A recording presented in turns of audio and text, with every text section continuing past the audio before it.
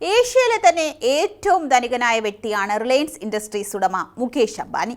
രാജ്യത്തെ വിവിധ മേഖലകളിലും അദ്ദേഹം വ്യവസായം വ്യാപിപ്പിച്ചിട്ടുമുണ്ട്.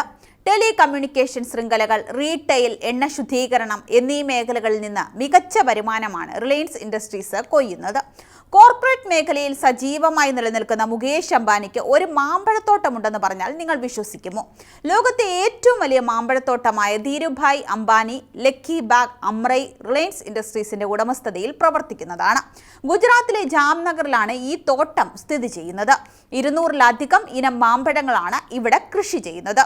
ലോകത്തെ ഏറ്റവും വലിയ മാമ്പഴ കയറ്റുമതിക്കാരിൽ ആദ്യ സ്ഥാനത്തുള്ളത് റിലയൻസിന്റെ ഈ സംരംഭമാണ്.